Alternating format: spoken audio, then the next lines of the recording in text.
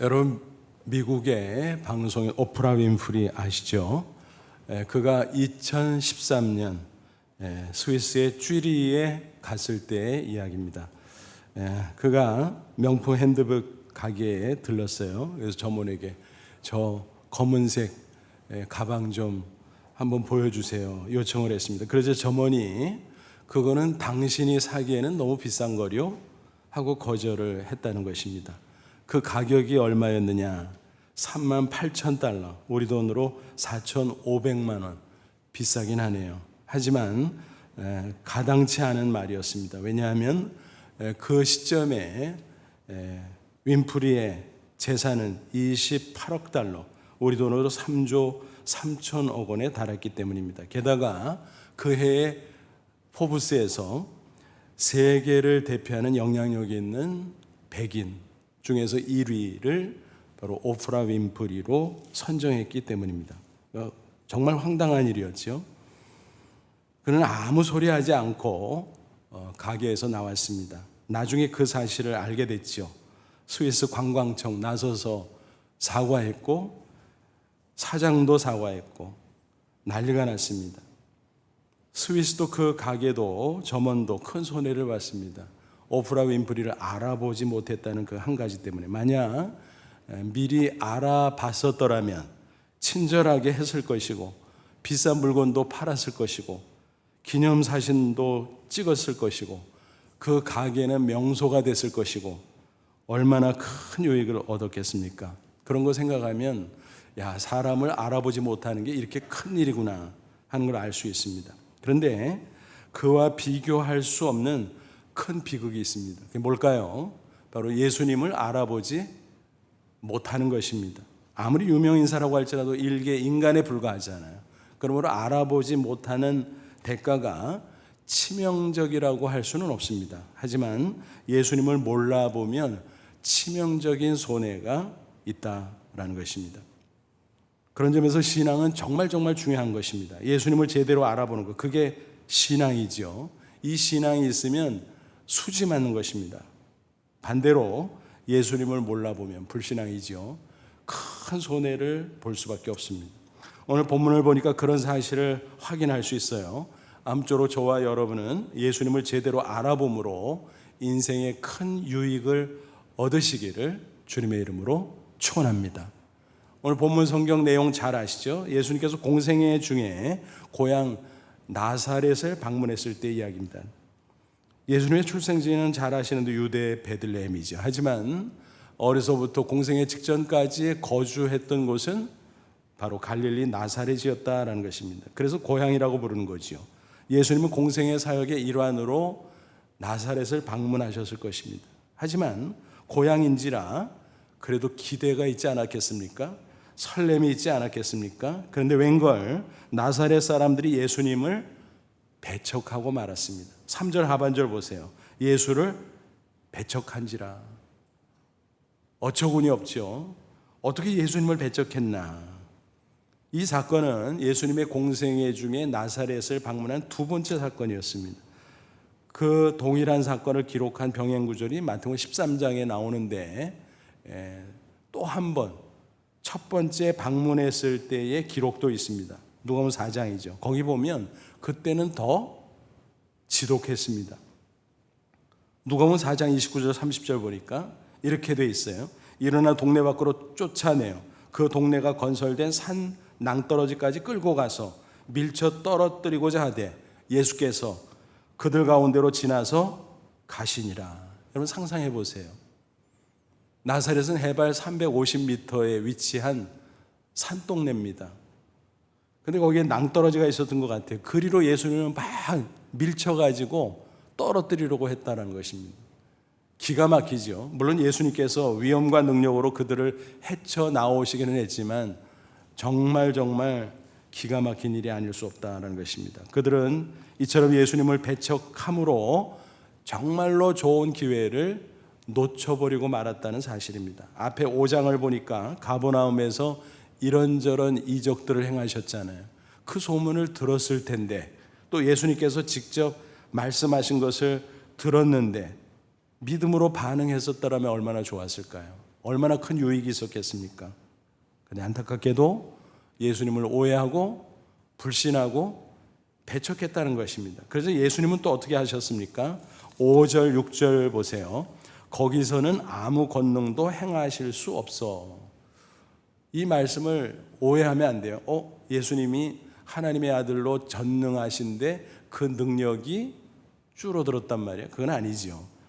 그대로 있는데 권능을 행할 마음이 없어지셨다라는 거예요. 6절 보시면 그들이 믿지 않음을 이상히 여기셨더라. 이에 모든 촌에 두루 다니시며 가르치시더라.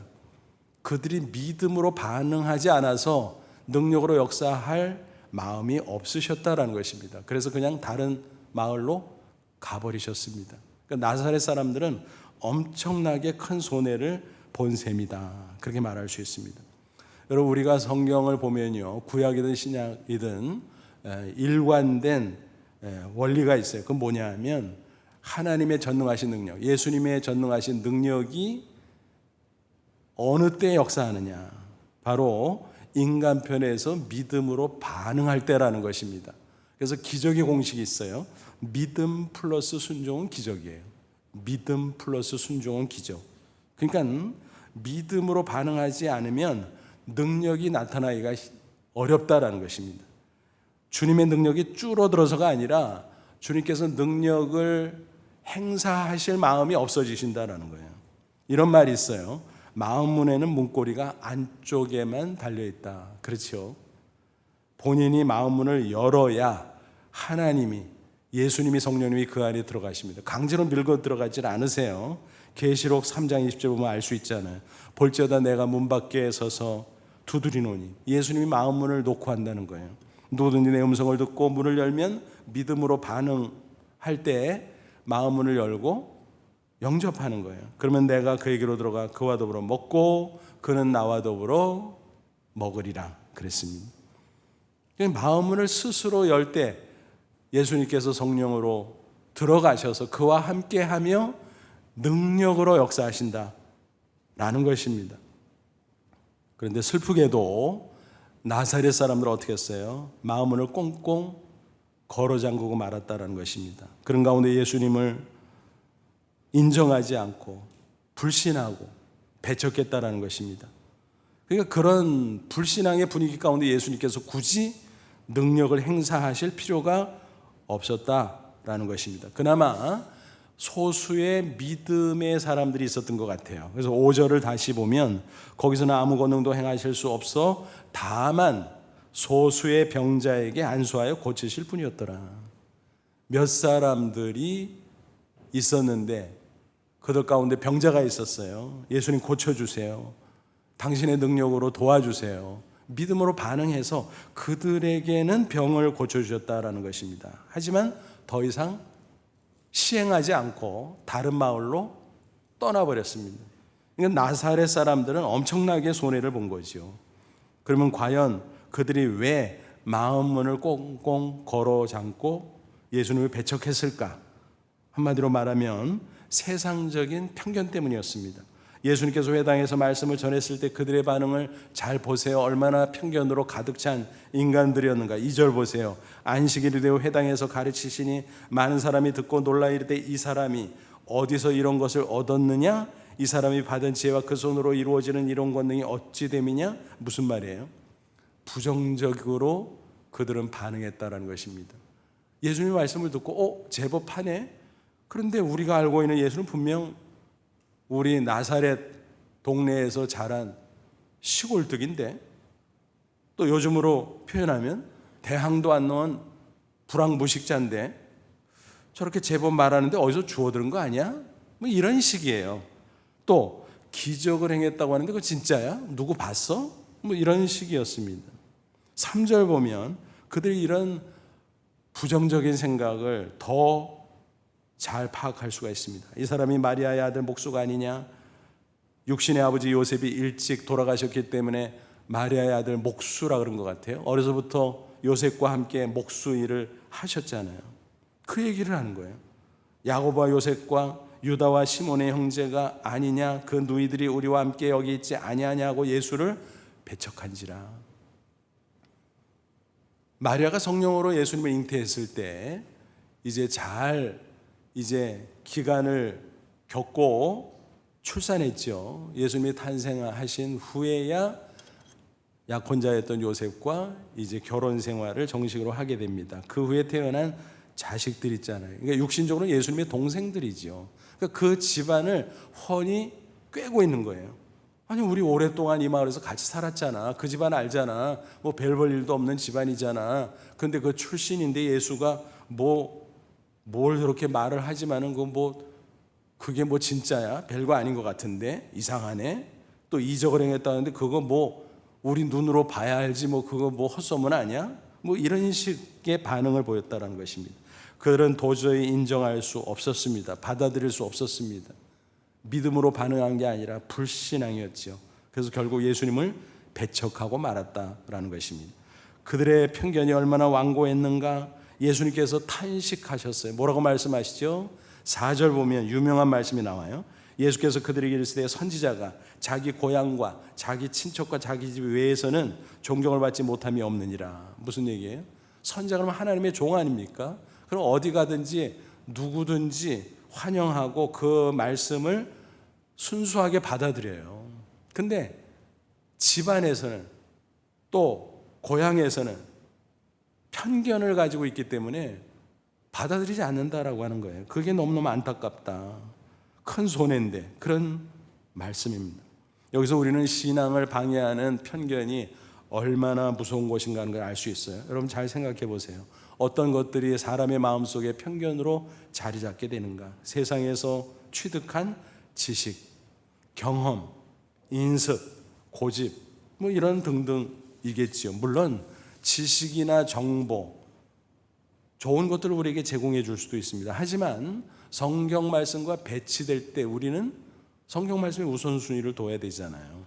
그런데 성경 말씀 위에 서서 자신의 지식으로 판단하고 거부한다면 이미 그 지식은 편견이 되어 있는 것입니다. 경험도 마찬가지요. 우리 경험이 절대적이에요? 아니잖아요. 성경 말씀과 배치되면 우리의 경험을 오히려 우리가 뒤로 물려야 되는데 경험을 내세우면서 성경 틀렸어 이런 식으로 나선다면 그 경험은 이미 마음속에 편견으로 자리 잡고 있는 것이다 라는 것입니다. 이와 같은 편견들 때문에 스스로 오해하고 부정하고 심지어는 화를 내고 그렇게 된다는 것입니다. 3절 끝에 배척하다라는 동사를 주목해 보세요. 이 단어가 아주 흥미로워요. 영어 성경에는 어떻게 번역되어 있는가? NIV 성경에는 take offense, 그리고 킹 제임스 버전은 비동사 써서 be offended 이렇게 되어 있어요. 그건 뭐냐면 성내다, 불쾌하다 이런 의미입니다. 근데 헬라어 성경은 원어의 의미를 명확하게 드러내지는 못하고 있어요. 우리말 성경이나 영어 성경이나. 그 원어의 동사는 명사에서 나왔어요. 스칸달론이라는 명사는 무슨 뜻이냐면은 올무, 함정, 또 장애물 그런 뜻입니다. 그러니까 거기에 걸려 넘어졌다는 얘기예요. 예수님께 화냈는데 그 내용상으로는 예수님의 말씀을 오해해서 그 편견 때문에 걸려 넘어졌다, 즉 실족했다라는 거예요. 예수님께서 그 단어를 사용해서 마태복음 11장 6절에 말씀하셨어요. 누구든지 나로 말미암아 실족하지 아니하는 자는 복이 있다. 그러니까 실족하면 복이 아니라 저주다라는 거예요. 근데 실족하지 않으면 복이라는 거예요. 그러니까 스스로 실족해서 손해본다라는 그런 뜻이죠. 나사렛 사람들이 그랬습니다. 요한복음 6장 보면 어떤 사건이 나와요. 오병이의 이적이 나오잖아요. 많은 사람이 모여서 예수님의 말씀을 들었는데 저녁 때가 됐어요. 끼니를 거르게 생겼어요. 그래서 예수님께서 오병이어로 이적을 행하시죠. 보리떡 5개, 물고기 2마리, 그걸 손에 들고 축사, 감사기도 하고 제자들을 시켜서 나눠줬는데 신기한 일이 벌어졌어요. 5,000명이 넘는 사람들이요, 다 배불리 먹고 또 남았어요. 와, 대단하죠. 난리가 났어요. 사람들이 만세를 부르고 환호를 하고, 야, 예수만 따라다니면 먹고 살 걱정 없다, 경제 문제 해결됐다, 왕으로 세워도 되겠다 뭐 이런 식이에요. 근데 예수님이 그걸 위해서 왔습니까? 뭐 하나님의 일반 은혜로 백성들에게 그런 것이 제공되는 것은 맞지만, 그렇다고 예수님께서 이 땅에 굳이 인간의 모습으로 오셔서 그들에게 먹을 것이나 제공하고 세속적인 왕이나 되고 그걸 위해서 오신 건 아니잖아요. 그들을 죄와 사망에서 구원하기 위한 영적인 메시아로 오신 거잖아요. 그래서 예수님께서 안 되겠다 싶어서 떡을 만들어주는 것은 중지하고 대신에 말씀을 전해주셨어요. 나는 생명의 떡이다. 비유의 말씀이죠. 또 뭐라고 말씀하셨어요? 내 살을 먹으면 또 내 피를 마시면 영생을 얻을 것이다. 뭐 이런 영적 진리들을 말씀하시는데 안타깝게도 그들은 말귀를 알아듣지 못했습니다. 오해합니다. 여기저기서 수근수근거려요. 이거 도대체 뭔 소리야? 뭔 소리야? 알아듣질 못하겠네. 아니 우리가 무슨 살을 먹고 피를 마셔? 그게 말이 돼? 우리가 식인종이야? 뭐 이런 식으로 투덜거리고 수근거렸는지도 모르겠습니다. 그 분위기를 보고 예수님께서 뭐라고 말씀하십니까? 요한복음 6장 61절, 이 말이 너에게 걸림이 되느냐? 여기서 걸림, 이것도 배척하다라는 말과 똑같은 단어에서 나온 말입니다. 그러니까 스스로 주님의 말씀에 편견 때문에 걸려 넘어져서 그렇게 불평하고 그렇게 부정하고 그렇게 성내고 그러는 거냐? 그런 뜻이에요. 예수님께서 이렇게 보니까 제자들도 혹시 요동할 것 같아요. 그래서 물으셨어요. 너희도 가려느냐? 그때 베드로가 나서서 대답을 합니다. 요한복음 6장 68절, 시몬 베드로가 대답하되 주여 영생의 말씀이 주께 있사오니 우리가 누구에게로 가오리까? 야, 이때는 베드로가 히트 쳤네요. 그죠? 정답을 말했어요. 예수님, 당신이 생명의 떡인데 당신을 믿음으로 받아들이면 우리에게 영생이 있는데 우리가 누구에게 가겠습니까? 그게 최고인데요. 정말 멋진 고백을 했습니다. 그러니까 편견에 걸려서 넘어지는 거, 그것을 의미해요. 또 예수님께서 십자가에 못 박히기 전날 밤 최후의 만찬을 가지셨잖아요. 마태복음 26장에 나오는데 제자들에게 떡과 포도주를 나눠줄 때 뭐라 그랬어요? 떡을 나눠줄 때 이것은 내가 너희를 위해 찢기는 주는 내 살이야. 또 포도주를 나눠주면 이거는 내가 너희를 위해 흘리는 언약의 피야 말씀하셨어요. 그리고 내가 이제 십자가를 질 건데 이제 두고 이것을 기념해서 예식으로 거행하라. 그래서 오늘날까지 우리가 교회에서 성찬식을 거행하는 거 아니겠습니까? 그런데 이 말씀을 오해한 사람들이 많이 있었다는 것입니다. 특별히 초대교회 시대에는 그리스도인들을 박해한 여러 가지 이유가 있었지만 그 중에 하나가 이거예요. 그 예수 믿는 사람들은 자기 스승의 피와 살을 먹는데 식인종인가 봐. 아주 해괴한 종교 집단이야. 뭐 이런 식으로 오해를 했다라는 것입니다. 그래서 공격하고 배척하고 박해하고 그랬다라는 것입니다. 오늘 우리로서는 어처구니 없는 이야기지만 그 당시에 세상 사람들의 입장에서는 그 말씀이 걸림돌이 된 셈이었다라는 것입니다. 어찌하든 스스로 걸려서 넘어지면 그게 너무너무 비극적인 것입니다. 나사렛 사람들이 바로 그랬던 것입니다. 그러니까 예수님의 말씀을 영적인 의미 그대로 깨닫고 믿고 받아들이는 게 얼마나 큰 은혜인가, 얼마나 큰 축복인가 하는 것을 알 수 있어요. 안타깝게도 나사렛 사람들은 그 기회를 날려버리고 말았다라고 하는 사실입니다. 그들과 달리 주님의 말씀을 곧이곧대로 믿고 승리한 사람들도 물론 많이 있었습니다. 예수님은 하나님의 아들이지만 이 세상에 인간의 모습으로 오셨어요. 그런데 그걸 몰라보는 거예요. 나사렛 사람들도 몰라봤고 상당수의 세상 사람들이 몰라봤습니다. 뭐 때문에요? 편견 때문에, 오해해서 배척하고 말았다는 것입니다. 그들은 그렇게 생각합니다. 어떻게 처녀가 아이를 낳아? 자기들의 지식으로 그렇게 판단할 수 있지만 하나님의 아들이니까 가능한 거지. 그러니까 말씀 앞에 무릎 꿇고 받아들여야 되는데 자기가 말씀 위에 있는 것입니다. 편견이죠. 어떻게 하나님이 인간이 돼? 신은 신이고 인간은 인간이지. 그것도 자기 편견이죠. 우리를 대신해서 십자가에 죽었다가 부활했다고? 어떻게 죽은 자가 부활해? 어떻게 대신 죽는 게 있어? 하지만 자기네들 편견이죠. 인간의 상식, 지식, 경험 등으로 인해서 편견이 그 마음속에 꽉 차 있었고 그것이 가로막힘으로 스스로 실족하게 되었다는 것입니다. 그럼에도 불구하고 그 편견을 극복하고 진리의 말씀을 그대로 믿고 영접한 사람들이 있었다는 사실입니다. 그들은 죄와 영원한 사망에서 구원받았어요. 하나님의 자녀가 됐어요. 요한복음 1장 10절로 12절이 그것을 증거하지 않습니까? 세상 사람들이 그를 알지 못하였고 예수님이 이 세상에 왔는데 세상 사람들이 알아보지 못했다는 거예요. 자기 땅에 오매 모든 세상은 하나님의 피조물이니까 예수님의 피조물 맞잖아요. 자기 땅에 오매 자기 백성, 인간도 피조물이잖아요. 자기 백성이 영접하지 아니하였으나 영접하는 자 곧 그 이름 예수의 이름을 믿는 자들에게는 하나님의 자녀가 되는 권세를 주셨으니 예수님은 하나님의 아들이요 나의 구주라는 사실을 믿음으로 받아들이는 사람은 하나님의 자녀의 신분을 취득할 수 있다. 그래서 영생을 누리고 천국에 간다라는 것입니다. 요한복음 3장 16절 하나님이 세상을 이처럼 사랑하사 독생자 예수를 주셨으니 이는 그를 믿는 자마다 멸망하지 않고 영생을 얻게 하려 하심이라. 아멘이잖아요.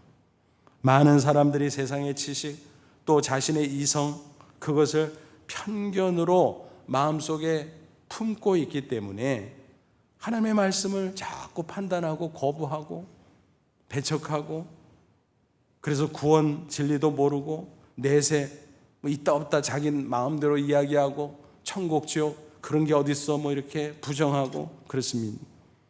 여러분 편견을 물리치고 성경의 말씀 그대로 믿으면 복음의 말씀 그대로 믿으면 구원 영생 천국인데 그거를 놓치니 얼마나 안타깝냐라는 것입니다. 자신의 편견 때문에 스스로 실족하고 그 기회를 놓치는 것입니다. 나중에 후회도 소용이 없습니다. 누가복음 16장 19절 이하를 보면 거지 나사로와 부자 이야기가 나오지요. 나사로는 거지 산거지였어요. 그런데 죽어서 천국에 갔네요. 아브라함의 품 안에서 복락을 누리고 영생을 누리고 있네요. 반면에 부자는 세상에서 떵떵거리고 잘 살았지만 죽어서 음부에 떨어졌어요. 지옥이지요. 불꽃 가운데 고통을 당하고 있네요. 영원한 사망이지요. 그제야 실상을 깨달아요. 야, 있었구나. 천국이 있었고 지옥이 있었구나. 근데 내가 그걸 왜 몰랐지? 그걸 왜 내가 유심히 보질 못했지? 후회하지만 소용이 없었다라고 하는 것입니다. 멀리 보이는 아브라함에게 간청합니다. 내가 돌아갈 수 없다면 세상에는 내 형제에게라도 저 나사로를 좀 심부름시켜가지고 이 사실을 전하게 해주세요. 절대로 여기는 오지 말라고 전해주세요 라는 것이었습니다. 누가복음 16장 28절이죠. 내 형제 다섯이 있으니 그들에게 증언하게 하여 그들로 이 고통받는 곳에 오지 않게 하소서. 그런데 아브라함이 거절해요. 왔다 갔다 하는 거 아니야. 세상 떠나면 그거 끝이야. 돌아가는 거 없어. 나사로 보낼 수도 없지만 설사 나사로가 가서 전해준다고 할지라도 안 믿어. 편견 때문에. 성경 말씀 안 믿는 사람들이 그 편견 때문에 믿겠냐? 살아 돌아갈 수도 없지만 가정에서 그렇다 쳐도 안 믿어. 누가복음 16장 31절 이르되 모세와 선지자들 성경 말씀이지요. 그 말씀을 듣지 아니하면 비록 죽은 자 가운데 살아나는 자가 있을지라도 가정법이에요. 실제는 없는데 있다고 가정해도 권함을 받지 아니하리라 하였다 하시니라. 그러니까 여러분 미리미리 편견을 버리고 겸손하고 순수한 마음으로 하나님의 말씀을 받아들이고 믿음으로 반응할 때 비로소 구원받는 것입니다. 여러분 이 시간에 예배드리는 우리는 어떻습니까? 혹시라도 한 사람이라도 교회는 다니지만 아직도 편견 때문에 완전하게 믿어지지 않아서 예수님을 영접하지 못했다면 여러분 죄송하지만 나사렛 사람처럼 되는 것입니다. 교회에 다니면서 절대로 그래서는 안 되겠지요. 아무쪼록 저와 여러분은 순수한 믿음으로 예수님에게 반응하고 영접하고 구원받은 하나님의 자녀로 살다가 장차 저 천국에 다 들어갈 수 있기를 주님의 이름으로 축원합니다. 본문 앞에 5장을 보면요. 두 가지 이적이 등장해요. 뭔가요? 12년 혈증으로 앓던 여인이 치유받은 사건, 그리고 회당장 야이로의 딸이 중병으로 죽었는데 예수님께서 살려주신 사건. 그렇습니다. 회당장은요, 그 당시 그 지역의 유지예요. 왜냐하면 유대인 커뮤니티는 회당 중심으로 형성이 되어 있거든요. 그래서 모여서 예배하고 교제하고 모든 생활을 영위하는 것입니다. 그 회당장의 관리자, 책임자니까 얼마나 높은 사람이, 지역의 유지지요. 그에 비해서 예수님은 어떻습니까? 하나님의 아들이면 인간의 모습으로 온 그 겉모습만 보면 30대 초반에 평민에 불과했다는 것입니다. 그러니까 지위와 체면을 생각하면 회당장이 예수님을 찾아갈 수가 없어요. 그런데 예수님의 소문을 듣고 처음에는 뭐 긴가민가 했겠죠. 또 갈등했겠죠. 이거 찾아가 마라. 근데 딸이 중병을 져서 죽어가니까 체면불구하고 또 이제 그 편견을 이겨낸 거예요. 그래서 믿음으로 반응하고 예수님을 찾아갑니다. 엎드렸습니다. 강청합니다. 주님, 내 딸이 죽어갑니다. 우리 집으로 가셔서 좀 고쳐주시죠. 살려주시죠. 알았다 하고 같이 그 집으로 향하죠. 그런데 도중에 예상치 못한 사건이 있었어요. 12년 혈류증으로 앓던 여인. 혈류증은 계속 하혈하는 부인병이에요. 얼마나 고통이 컸겠습니까? 병원이란 병원 다 다녀봤어요. 의사라는 의사 다 만나봤어요. 돈은 다 썼어요. 근데 병세는 위중해졌고 아무런 소망이, 절망 그 자체예요. 근데 예수님의 소문을 딱 들은 거예요. 와, 예수가 그런 분이라고. 그리고 우리가 기다리던 메시아 하나님의 아들 구주 맞네, 맞아. 믿음이 생긴 거예요. 그 여인도 한번 상상해보세요. 처음부터 그냥 듣자마자 아멘 했을까요? 아니요. 처음에는 긴가민가 했어요. 야, 그거 진짜야? 뭐 따져봤을 것입니다. 그 모든 편견을 깨뜨리고 믿음으로 주님께 나아갔다는 것입니다. 그 병든 몸, 아픈 몸을 이끌고 예수님이 계시다는 곳에 겨우겨우 찾아갑니다. 그런데 사람들이 너무너무 많이 모여서 예수님 가까이 갈 수가 없었어요. 그래서 살아야 되니까 비집고 들어가서 예수님 가까이 다가가기는 했는데 그 많은 사람 앞에서 공개적으로 나설 수가 없어. 그렇다고 포기할 수 없잖아요. 마음속에 생각했습니다. 그래, 이분이 하나님의 아들 구주라면 내가 그분의 옷자락만 만져도 그분의 능력으로 내가 고침받을 수 있겠지.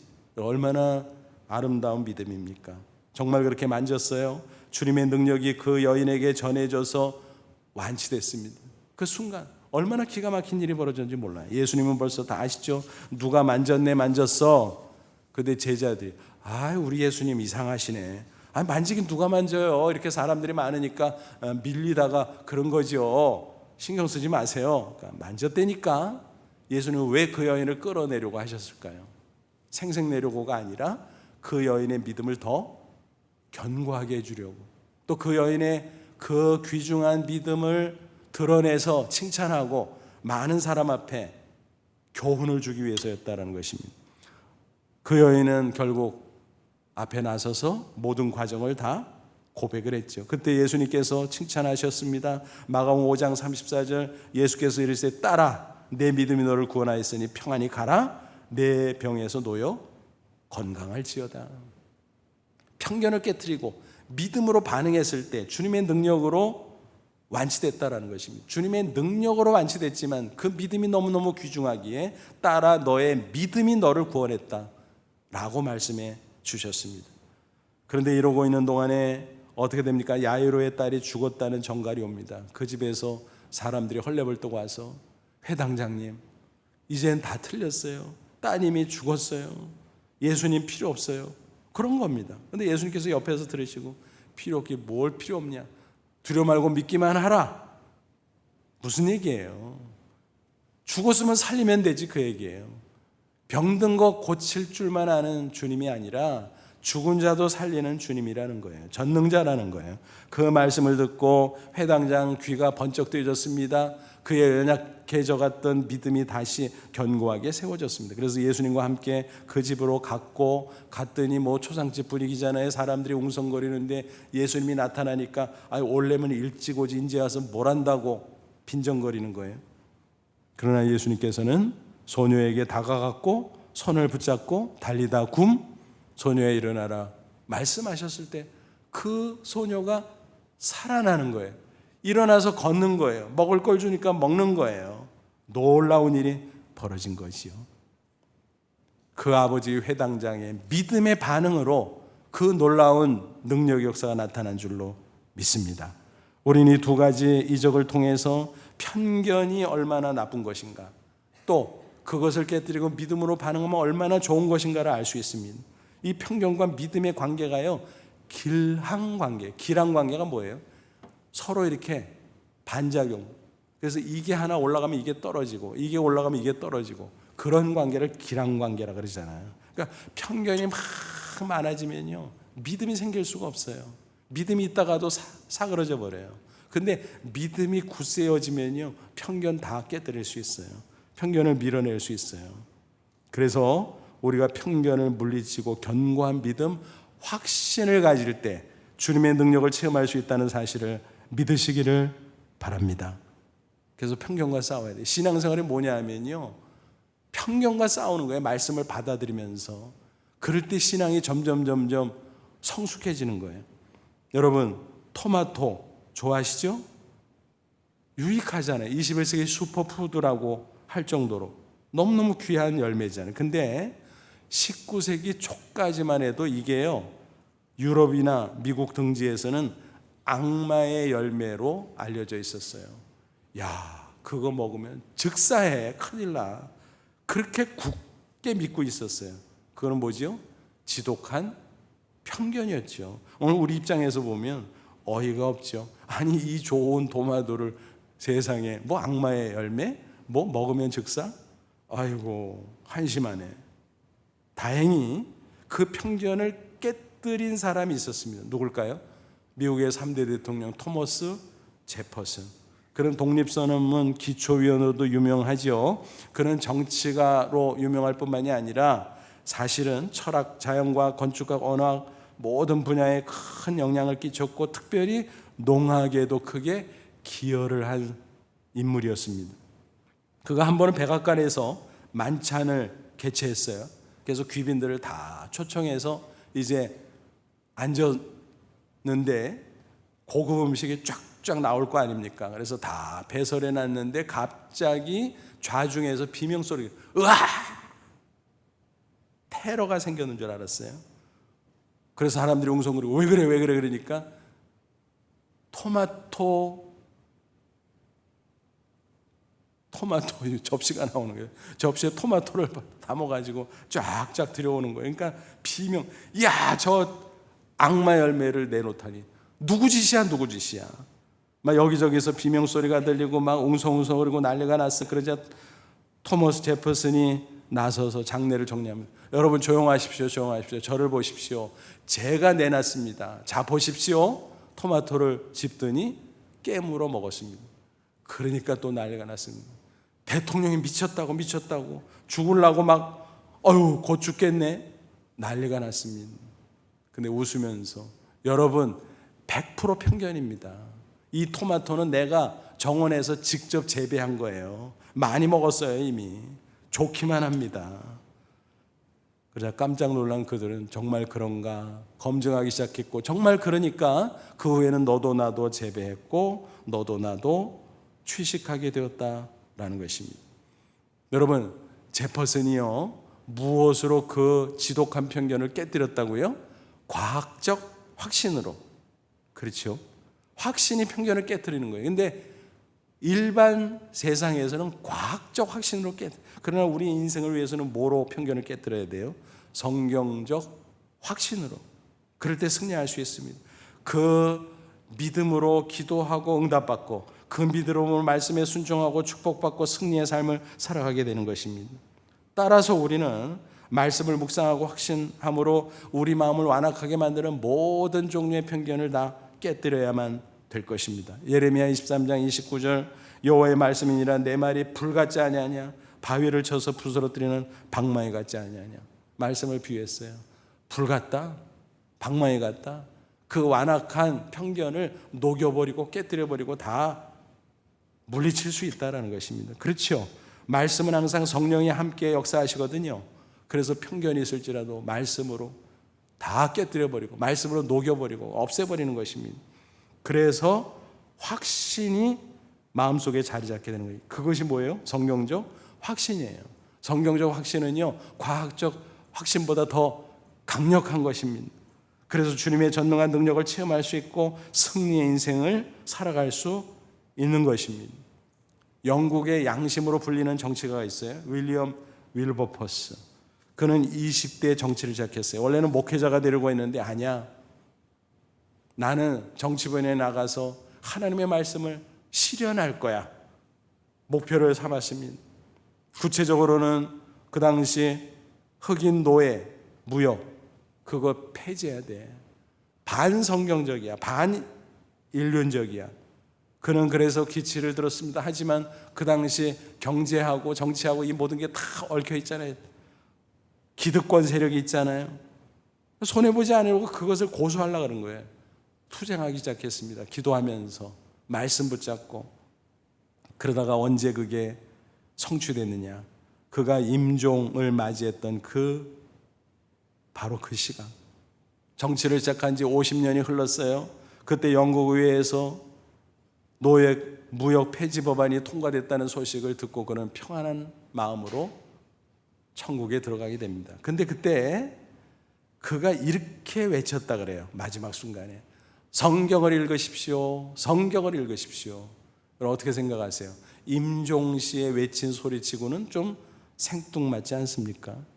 그런데 그가 그렇게 외친 이유가 있어요. 성경 말씀이 진리라는 거예요. 그 말씀을 편견을 깨뜨리고 붙잡고 살면 반드시 하나님께서 함께 하시고 승리를 이루어 주신다라는 거예요. 승리를 성취한 사람의 그 기쁨에 찬, 환희에 찬 고백이었다라고 하는 사실입니다. 놀라운 것은 그가 천국에 가고 나서 그가 입안한 노예 무역 폐지 법안이 통과되고 나서 딱 30년 후에 미국에서 링컨 대통령이 노예 해방 선언문을 발표하게 되었다는 사실입니다. 얼마나 놀라운 일입니까? 여러분, 편견을 깨뜨리고 말씀을 붙잡고 믿음으로 반응하고 나가면 하나님께서 반드시 응답하시고 역사하시고 승리를 주실 줄로 믿습니다. 그러니까 세상의 하찮은 지식이나 경험이나 아집이나 심지어는 미신이나 별의별 그런 것들, 그런 편견에 사로잡혀서 말씀에 믿음으로 반응하지 못하는 그런 어리석음을 범치 않기를 바랍니다. 그러면 누구만 손해라고요? 나만 손해. 나사렛 사람처럼 되는 것입니다.